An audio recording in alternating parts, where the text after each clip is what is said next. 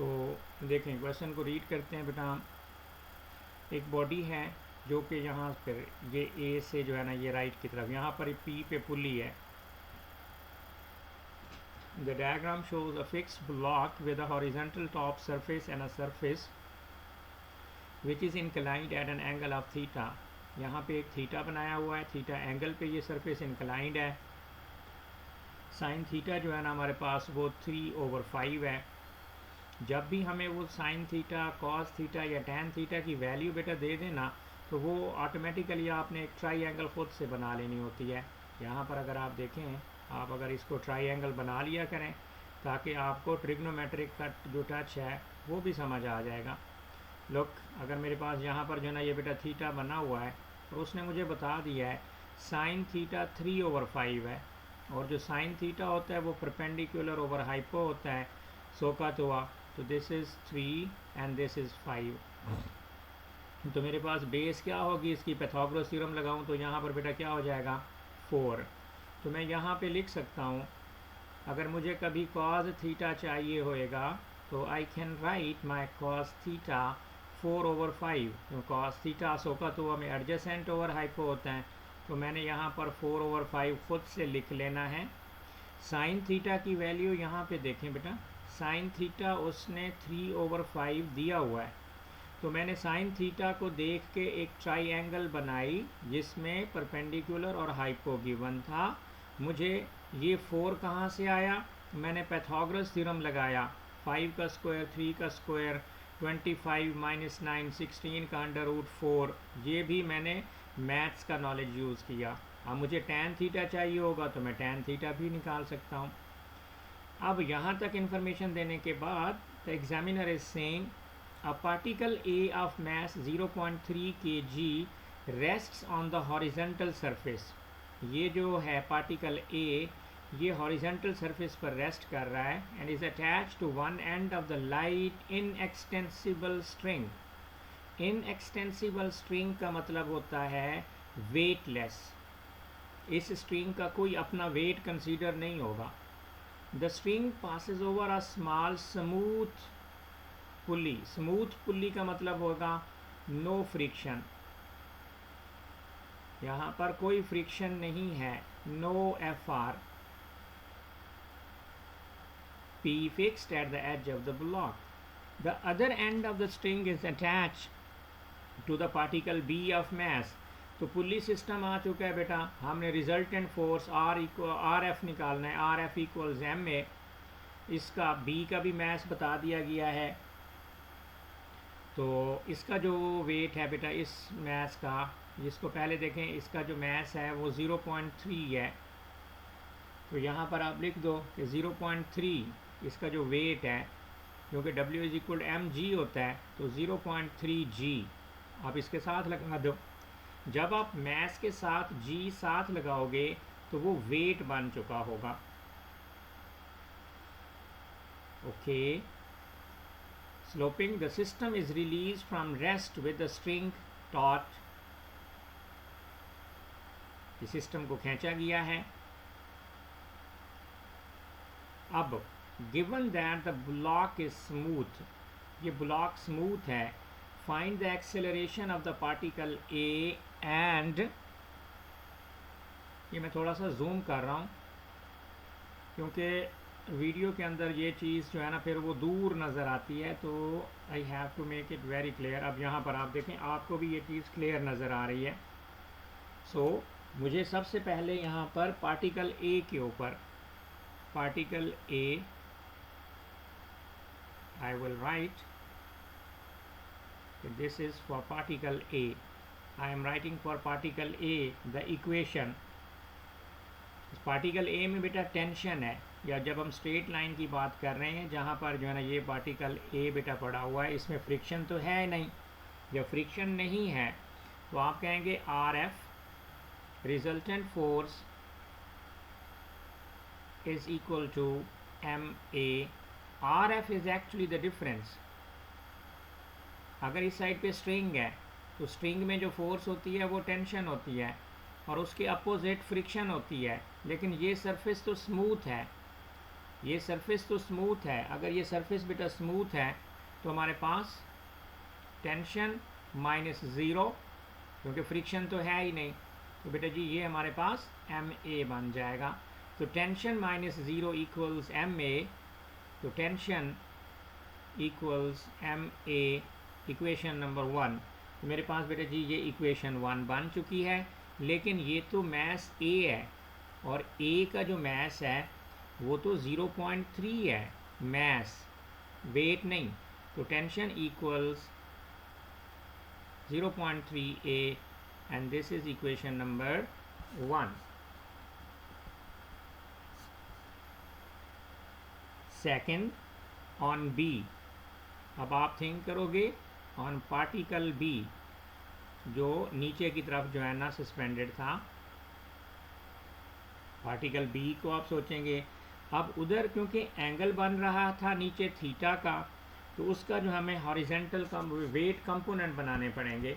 लोग अब यहाँ पर देखें, ये हमारे पास है, तो अब जो है ना सरफेस के साथ अब ये वेट है, इसका जो वेट है यहाँ पर बेटा जी देखें, अब यहाँ पर जो एंगल हमारे पास बन जाएगा, अब इसका जो है ना ये कंपोनेंट, जो ये वाला कंपोनेंट है, दिस कंपोनेंट वेट ऐसे एक्ट करता है, तो ये वाला कंपोनेंट सरफेस के साथ हमेशा एम जी साइन थीटा होता है, हमेशा एम जी साइन थीटा होगा जो सरफेस के साथ होता है, और दूसरा कंपोनेंट जो होता है बेटा जी वो कॉस थीटा होता है। लेकिन हमें दूसरे कंपोनेंट की अभी ज़रूरत ही नहीं है, इसके ऊपर जो नॉर्मल रिएक्शन फोर्स एक्ट करती होती है वो कॉस थीटा के इक्वल हो जाती है। तो हम तो अभी सरफेस पर हैं, ये एम जी साइन थीटा है हमारे पास, लेकिन इसके ऊपर स्ट्रिंग इधर है, तो यहाँ पर स्ट्रिंग में टेंशन भी है। जब आप पार्टिकल ए को देख रहे हो तो इधर सरफेस पे पीछे कोई स्ट्रिंग नहीं है, इधर स्ट्रिंग है, तो इस पे टेंशन थी, लेकिन इसके अपोजिट कोई फ्रिक्शन नहीं थी, क्योंकि हमें आर एफ को एम ए के इक्वल करना होता है। Resultant force is equal to M A. जब मैं बॉडी ए को कंसीडर कर रहा हूँ और फिर मैं बॉडी बी को कंसीडर कर रहा हूँ, तो बेटा जी एक बात याद रखो कि बी पे स्ट्रिंग अपोजिट एक्ट कर रही है, लेकिन बी नीचे जा रहा है, तो नीचे इसको कौन लेके जा रहा है, इस बी का जो वर्टिकल कंपोनेंट होता है ना, अगर थीटा होगा, if you have an angle with the surface at inclined surface, then you can say I have a vertical component that is M G sine theta, और अलॉन्ग द सरफेस जो component होएगा वो बेटा हमेशा M G sine theta ही होगा। तो अब मैं दोबारा रिजल्टेंट फोर्स लगाऊंगा, आर एफ का फार्मूला लगाऊंगा। I always think whether it is a particle B और पार्टिकल ए, तो my resultant force R F is always equal to mass time acceleration. तो यहाँ पे मेरे पास जो होगा बेटा, बॉडी नीचे जा रहा है और नीचे वाला जो उसको जो चीज़ नीचे लेकर जा रही है that is M G sine theta, this is M G sine theta minus string की टेंशन इसको अपोज कर रही है। On the right hand side will be the mass of this B, तो दिस इज़ द एक्सेलरेशन। अब मेरे पास जो मास है ये तो 1.5 है जी, और sine theta, remember sine theta की वैल्यू क्वेश्चन के अंदर गिवन थी, और वो कितनी थी, मैंने जिसके लिए ट्राई एंगल्स बनाई थी साइन थीटा 3/5 था, तो मैंने पूरे साइन थीटा को रिप्लेस कर देना है विद 3/5, माइनस टेंशन को आप बेटा एज इट इज़ लिखोगे, और बॉडी बी का जो मास है वो बेटा 1.5 है, एंड दिस इज़ एक्सेलरेशन। तो you can simplify this thing, 15 into G, G की वैल्यू क्या है बेटा, यहाँ पर जी की वैल्यू 10 है, तो यू कैन से अगर मैं 1.5 को 15 कर दूँ, डेसिमल को ख़त्म करके 10 लिख दूँ, और इस g की वैल्यू मैं 10 लिख दूँ, and this is 3/5 minus tension, that is equal to 1.5 a. So 10 cancels 10, 5 ones are 5, 5 threes are 15, so 3 times 3, 9 minus tension equals 1.5 over a. This is equation number 2.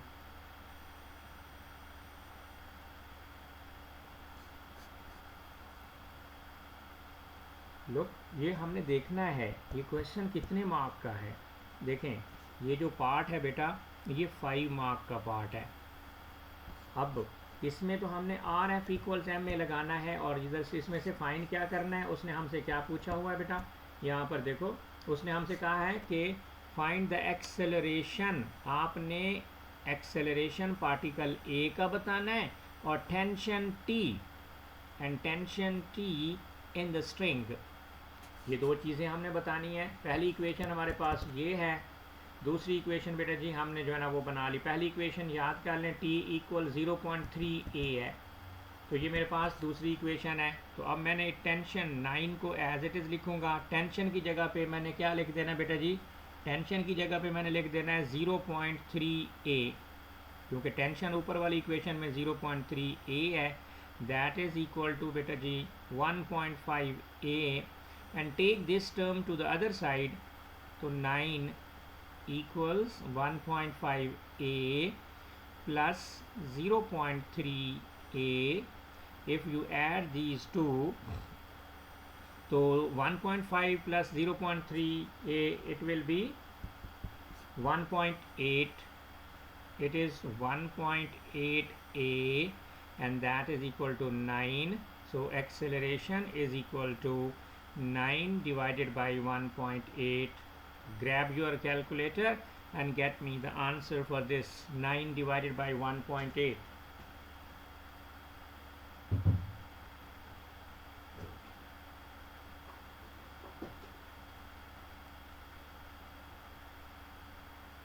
Five. 9 divided by 1.8, that is 5. 5. Yes, मैं भी calculator से देख रहा था, तो दैट is 5 metre पर second square. तो एक्सेलरेशन इज़ 5 मीटर पर सेकेंड स्क्वायर। तो मुझे टेंशन चाहिए, तो मेरी जो पहली इक्वेशन है वो थी tension equals 0.3 into A, that is acceleration. So 0.3 times acceleration, acceleration is 5, so 5 times 3 15, तो दिस इज़ 1.5 न्यूटन। तो यहाँ पे बेटा जी हमने एक्सेलरेशन भी फाइंड आउट कर ली, हमने टेंशन भी फाइंड आउट कर ली। तो हमसे यही दो चीज़ें तो पूछी थी एग्जामिनर ने कि आपने टेंशन बतानी है और उसमें एक्सेलरेशन भी बता के देना है। अब पार्ट बी देखो इस क्वेश्चन का, 9 मार्क, सीधा 14 मार्क का जर्क लगने वाला है बेटा जी।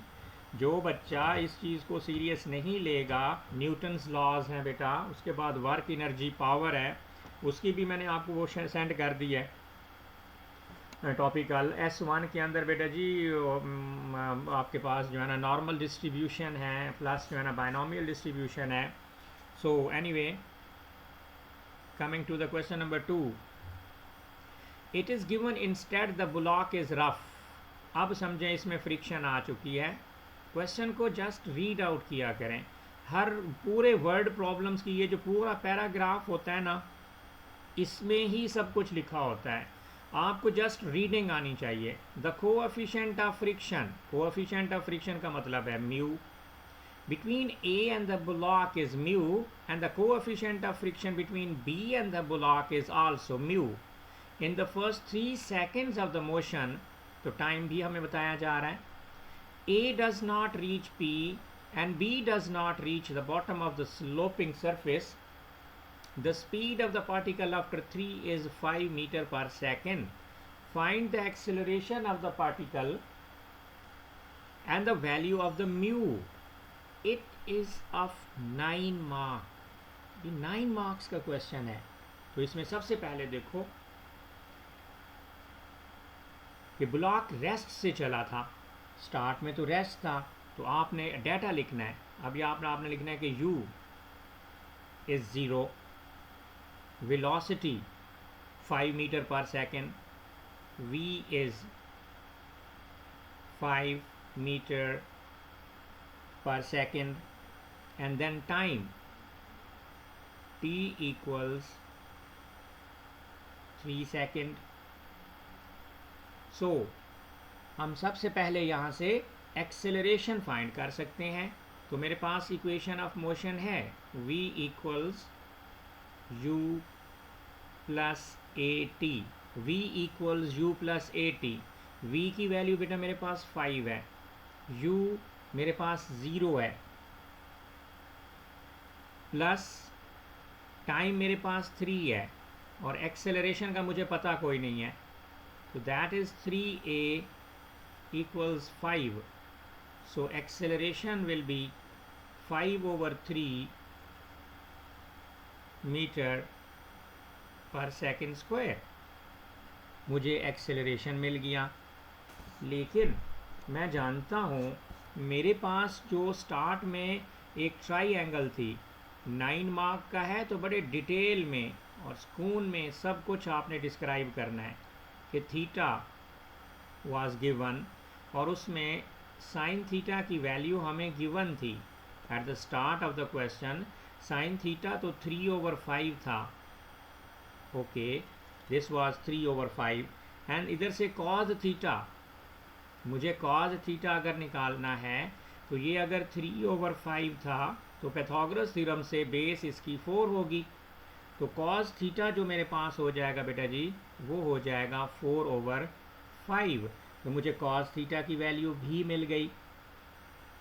अब पार्टिकल ए, ये सरफेस है, अब इस पे पार्टिकल ए वही पार्टिकल ए है जो हमने स्टार्ट में देखा, ये राइट पे मूव कर रहा है, लेकिन बेटा जी अब अगर ये राइट पे मूव कर रहा है तो इसके लेफ्ट पे अब फ्रिक्शन लग रही है।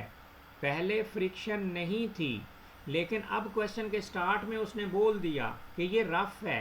अब जो है ना, given that it is given instead that the block is rough, so it mean कि there is friction।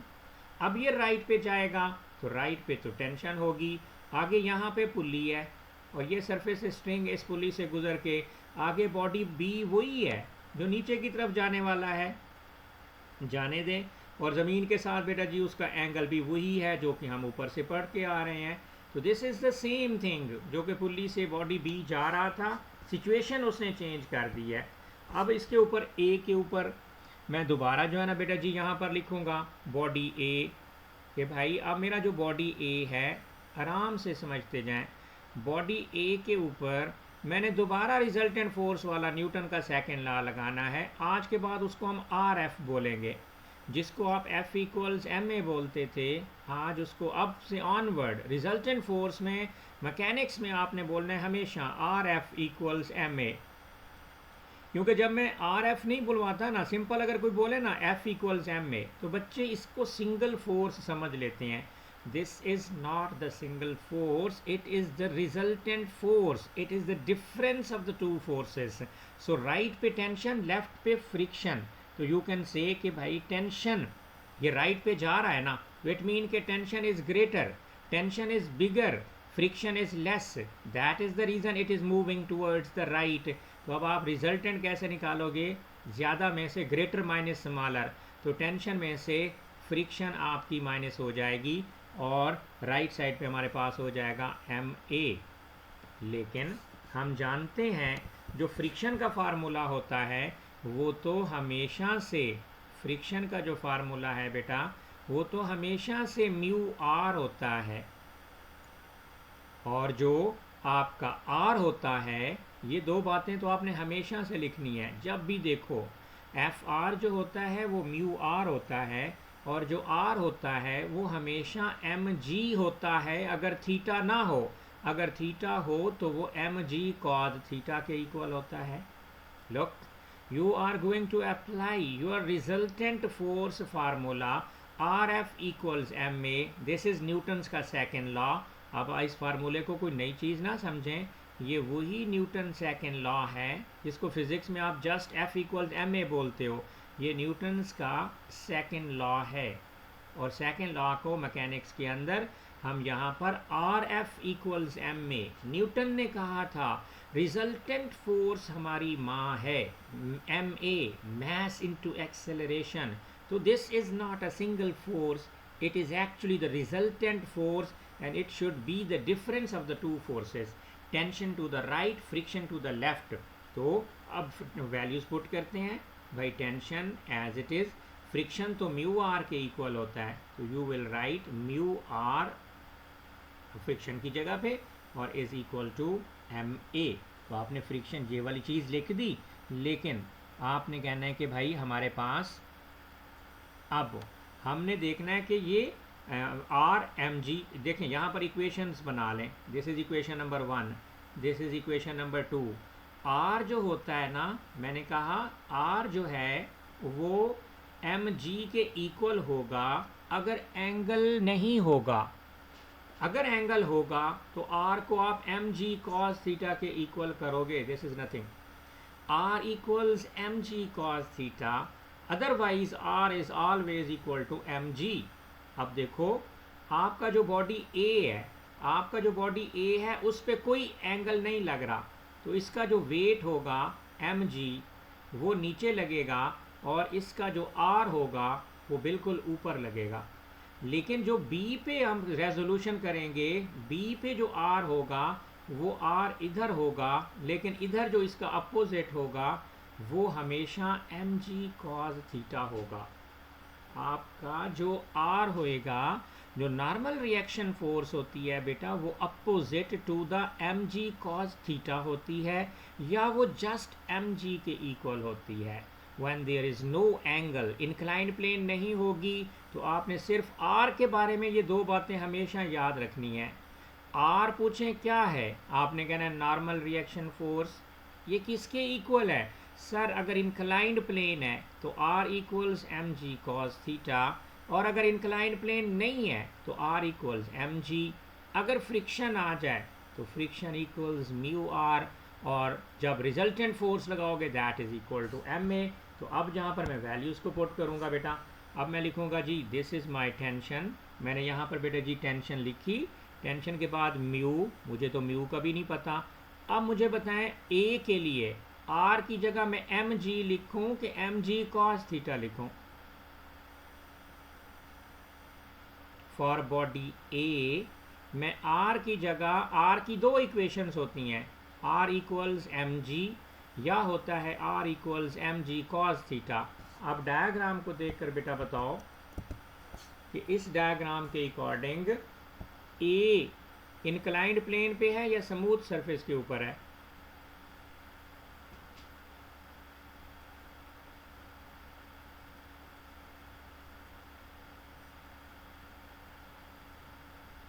आपको आवाज आ रही है?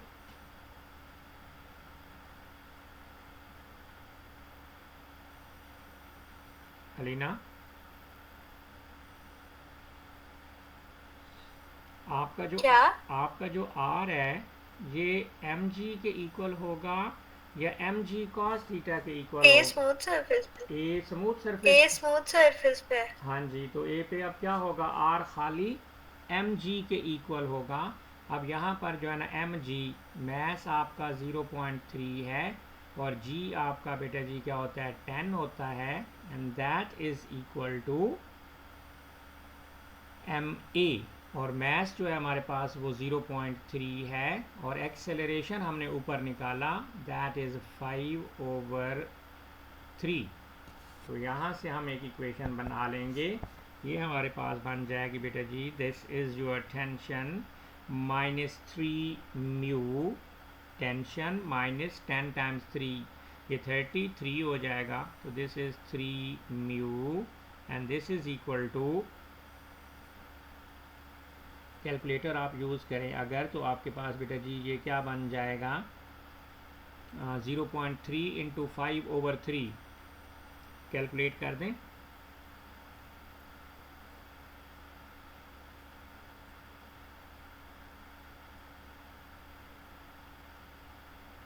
मैं कैलकुलेटर से भी यूज़ कर देखता हूँ कि हमारे पास ये 0.3 है times 5 divided by 3 0.18 0.3 multiplied by 5 divided by 3 0. Hello, ये तो 0.5 आ रहा है, 0.3 इंटू 5/3। वो 5/3 है, मैं 3/5 कर रही नो हूँ। 5/3 है, तो बेटा जी ये आपके पास बन जाएगा 0.5 0.5 फर्स्ट इक्वेशन। अब इधर से टेंशन को सब्जेक्ट बनाओ तो tension will be equal to 0.5 plus जो है ना this is 3 mu. This is equation number 1 for the tension for particle A. अब हम पार्टिकल बी को बेटा देखेंगे। फॉर पार्टिकल बी, क्योंकि अब जो दूसरा पार्टिकल है हमारे पास वो आपका बी है, तो अब यहाँ पर आप हेडलाइन दोगे फॉर पार्टिकल बी। पहले हम पार्टिकल ए को देख रहे थे, अब पार्टिकल बी को देखेंगे। जो पार्टिकल बी नीचे जा रहा है, अब उसमें आप कहेंगे सर उसमें तो वेट का कंपोनेंट, उस पर भी आपने बेटा क्या करना है, आर एफ अप्लाई करना है। Resultant force is always equal to mass times acceleration. अब जो रिजल्टेंट फोर्स होती है उसमें जो वर्टिकल कंपोनेंट होता है that is M G sine theta minus tension. M G sine theta minus tension, क्योंकि वेट नीचे जा रहा है। एंड वेट, अगर अब ये रफ सरफेस है तो म्यू को तो हम इग्नोर कर नहीं सकते, तो लिहाजा इसमें अब दो चीज़ें एक्ट कर रही होंगी। देखिए पहले हमने क्योंकि स्मूथ सरफेस थी, अब सरफेस तो स्मूथ नहीं है, तो अब ये जो बी है, बी जब नीचे जाएगा तो इसके अपोजिट म्यू आर भी होगा, क्योंकि सरफेस स्मूथ नहीं है, टेंशन तो होगी ही होगी। लेकिन अब जो आपका एम जी साइन थीटा है, रिमेंबर दिस थिंग कि ये जो एम जी साइन थीटा का कंपोनेंट है वो इस बॉल को नीचे लेके जा रहा है, तो इसके अपोजिट में म्यू आर और टेंशन होगी। तो वी कैन से कि द नेक्स्ट थिंग, हमने जो इक्वेशन बनानी थी, जैसे इस पे हमने म्यू आर को इग्नोर नहीं किया, तो इधर तो मैं इग्नोर करने लगा था और ये गलती हो जानी थी।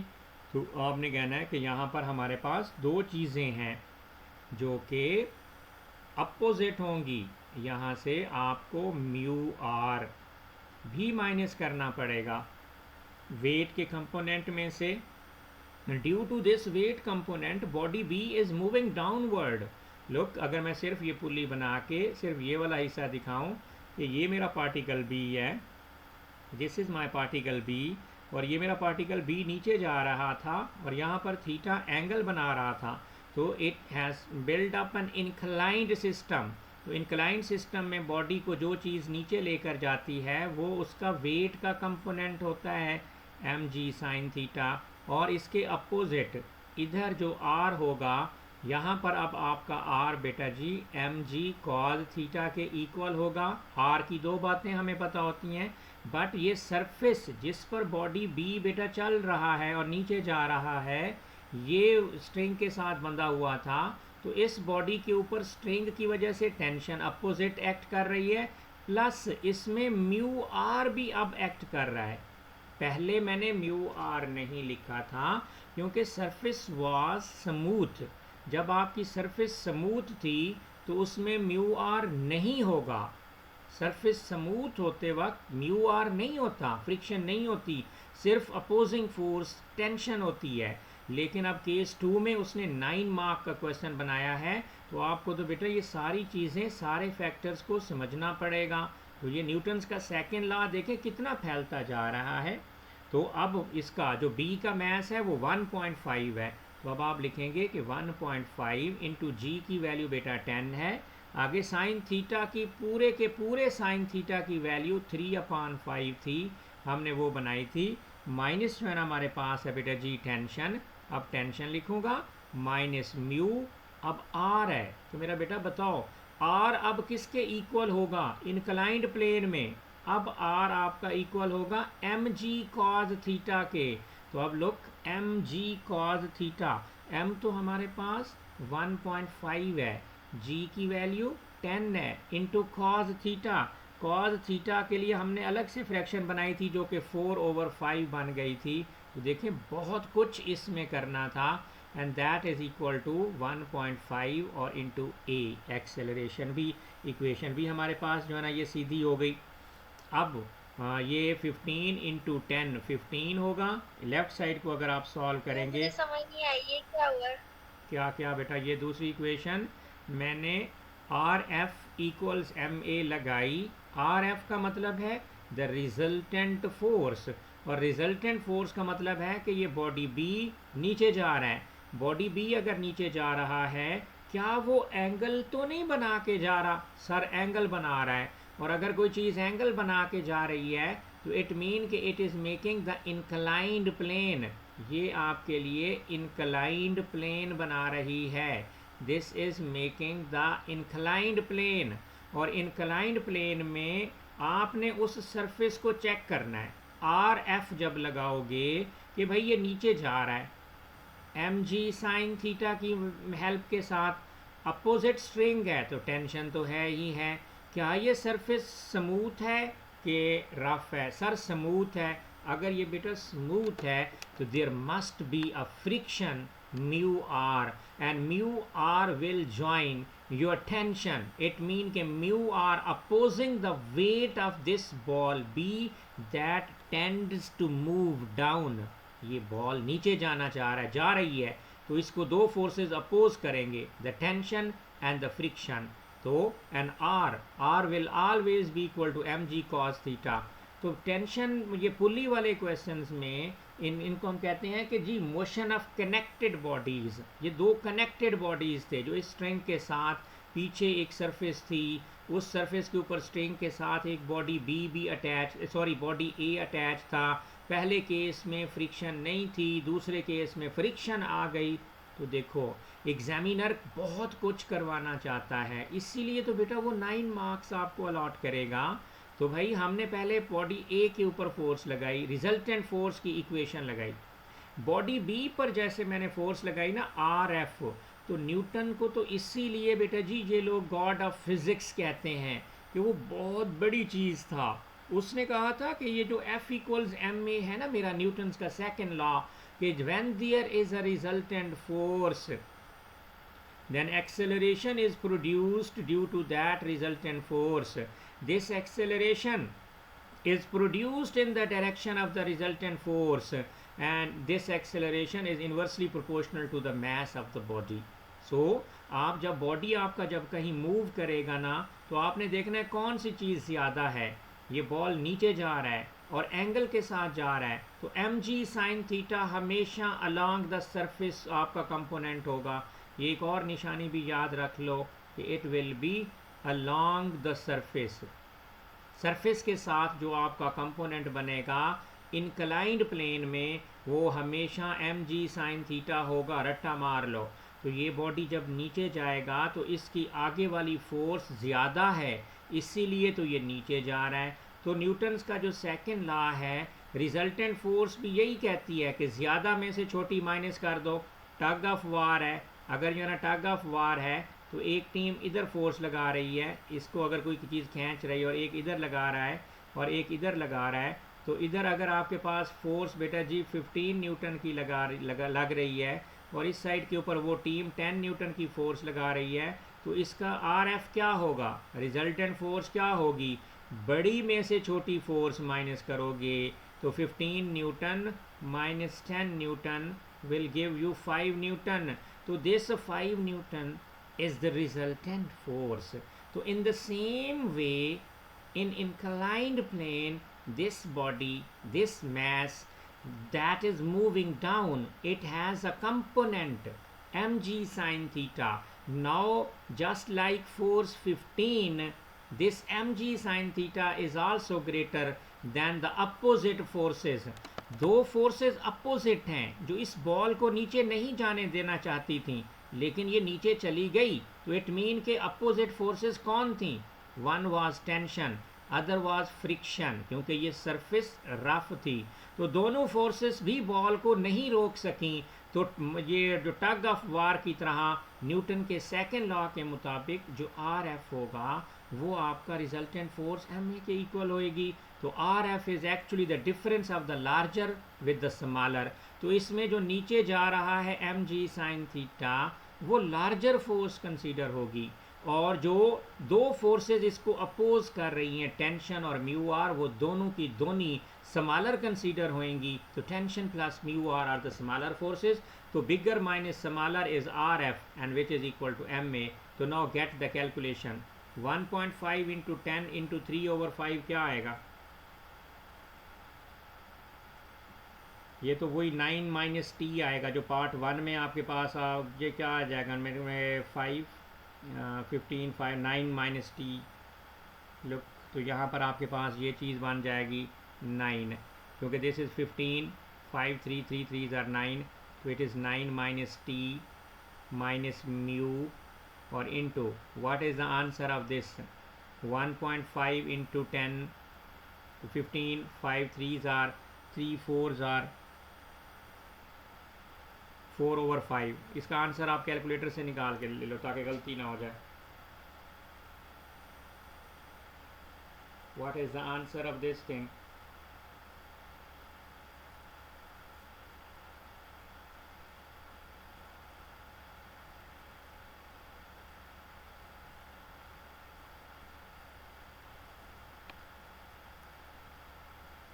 One point five twelve times 10 times 4 divided by 5, 12, yes. So this is 12 equals 1.5 a. So it is 9 minus tension minus 12 mu equals 1.5 a. So 9, bring acceleration to the left, minus 1.5 a equals t plus 12 mu. तो ऊपर first equation हमारे पास है, second equation बन गई है। तो इन दोनों equations को साइमल्टेनियसली सॉल्व करते हैं एम्प्टी पेज के ऊपर। हमने अपने पूरे के पूरे जो है ना अपने मार्क्स हमने सिक्योर करने हैं। फुल मार्क्स 9 इसके हैं, तो हमने 9 मार्क्स ही सिक्योर करने हैं कि भाई ये जो लास्ट क्वेश्चन हमारे पास है इसका प्रॉपर आंसर क्या आएगा। तो जो पहली इक्वेशन थी हमारे पास वो थी, अब साइमल्टेनियस इक्वेशन है, अब सिर्फ मैथ्स की गेम है। टेंशन इक्वल्स 0.5 और हमारे पास प्लस जो है ना बेटा जी 3u है हमारे पास पहली इक्वेशन। और दूसरी इक्वेशन जो हमने बनाई हुई है वो है टेंशन प्लस 12u। तो दूसरी जो इक्वेशन हमारे पास ये बनी है tension plus 12 mu naught the u equals 6.5। What is the equation? कि मैं गलती तो नहीं कर रहा? हमारे पास जो दूसरी इक्वेशन हमने बना के छोड़ी है वो है हमारे पास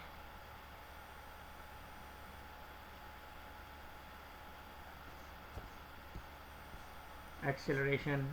इसको सिंप्लीफाई कर सकते हो। लुक, इसको सिंप्लीफाई किया जा सकता है 9 माइनस 1.5 और एक्सेलरेशन हमारे पास था 5/3, that is equal to tension plus 12 mu. अब इसका आंसर लेफ़्ट साइड का आंसर क्या आएगा? 1.5 इंटू 5/3 माइनस 9 माइनस कैलकुलेटर पे 15 इंटू 5/3